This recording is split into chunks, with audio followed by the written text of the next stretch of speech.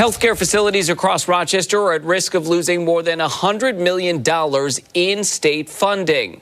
As 13 WHAM's Carla Rogner explains tonight, providers say those cuts will impact care to vulnerable populations. Carla, good evening. Yeah, good evening, Matt. Governor Hochul is proposing changes to the Medicaid program 340B. It saves providers money on prescription drugs to then use those savings for other services. Health officials say losing that money would put care at places like Trillium Health in Rochester at risk. If this funding goes away, it will impact so many more than those that we work with. It's going to affect our community as a whole. Rich Fowler works at Trillium Health as a patient advocate. He's also lived with HIV for 3 decades and knows the value of the services Trillium provides to himself and his peers. Preventive care for HIV is one of the many services that would have to be adjusted if Trillium loses its $5 million from 340B. Without this funding, I won't say it will go away, but it won't be near as robust as it is. Vice President of Pharmacy Services Mark Malahosky says marginalized communities will feel the cuts. The impact is astronomical. Trillium will have to reduce many of its non-medical services, like transportation to appointments, housing assistance, and its food pantry. Folks that suffer from opioid addiction, all the services that related to that. I mean, is it hyperbole to think that we're going to lose some of those services and maybe have some folks with overdose? No, I think that is very possible.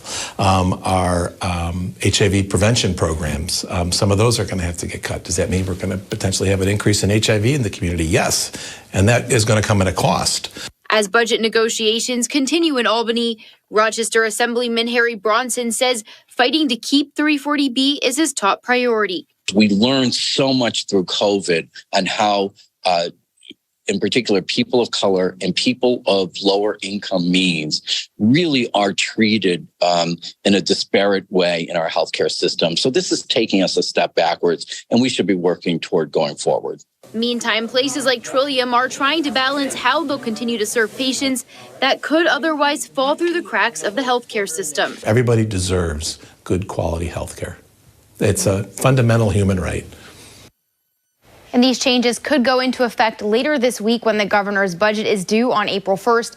2 facilities across New York State have filed lawsuits against this change. Staff members at Trillium plan to rally in support of 340B outside Trillium Health tomorrow afternoon. New details tonight on the suspect accused of kidnapping a 4-year-old boy and his mother over the weekend. Police telling Jackie DePere that Amber Alert that we all responded to on Saturday helped save the victims' lives. Yeah, that's right, Don. 24-year-old Daniel Ponder is charged with kidnapping, burglary, and assault. Police say he kidnapped the child and his mother early Saturday morning. Thousands of people across Western New York received this Amber Alert Saturday morning. It was issued by Rochester police after the abduction of a 23-year-old mother and her 4-year-old son. The alert bringing in a tip leading police to a house on Reynolds Street after 3 o'clock Saturday afternoon. Inside, they first found the boy, and 10 minutes later, his mother. Going through a situation like that obviously has to have some sort of mental, emotional toll that is going to take a long time to heal. That's something a 4-year-old child is never going to forget. That's something a mother is never going to forget. And that's something, those are scars that they're going to have to live with throughout their entire life and work their way through. With both safe, police continued their search for the suspect, 24-year-old Daniel Ponder. Finding him Saturday night walking on Wellington Avenue, police say Ponder knew the victims. In court documents allege he previously threatened the mother's life. The documents also allege he abducted the two at gunpoint and at one point punched the mother several times in the face. The harm he has brought to this child and this mother is reprehensible and tough to put into words. The harm and the fear that they felt and the lifelong issues that they're most likely going to deal with from an incident like this. So to take that first step and hold him accountable is absolutely an incredibly gratifying feeling for everybody involved in this investigation. Lieutenant Bellows says the Amber Alert played a critical role in saving their lives. We talk about partnerships with our different federal agencies. It's also a partnership with our community, and that was on full display Saturday that helped bring this child home safely. Court documents state Ponder was also involved in a car crash and fired several shots from a handgun after the alleged abduction.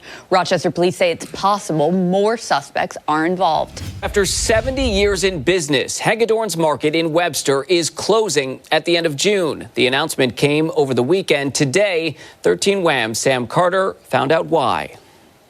Right now, I'm in Hegedorn's, and pretty soon it'll be closing its doors for good. But for many that have been shopping here for years, they're losing more than just a grocery store. Jane Geisel has been a faithful Hegedorn shopper since the late 1950s. The meat market is the best meat market in the world. I won't buy my meat anyplace but here. When she heard the news the store is closing, she was sad and a little bit surprised. Well, I didn't cry, but it was damn near it. And my whole family is all upset about it. Why are they closing? John Gonzalez, the Hegedorn store manager and the grandson of its founder, says the costs of running the grocery store and, well, competition came to be too much. It becomes more difficult every single year. It's just a very difficult industry to be in right now. You have a ton of competition. You know, for us, we have, a couple Wegmans right around us within 3 miles. You've got an Aldi's, you've got Walmart, you've got Target. We're loaded with competition, so it's fierce. About 120 employees will lose their job when the grocery store closes. It's been a pillar of the Webster community since Bruce Hegedorn first opened it in 1953. I think the lasting legacy is the bond we have with the people in the community. That's what I would say. I mean, there's a lot of people, both our employees and shoppers that come in here that just really have a lot of fond memories of the store. For some shoppers, though, like Jane Geisel, it won't be the food they miss most, but rather the relationships. It's friends. I mean, they take the baskets out, come put it in the car. They always have a smile. I have not met anybody here that hasn't smiled. And while the owners say they don't quite know what they're doing with the building yet, but whatever food's left over, they are working with nonprofits to distribute that.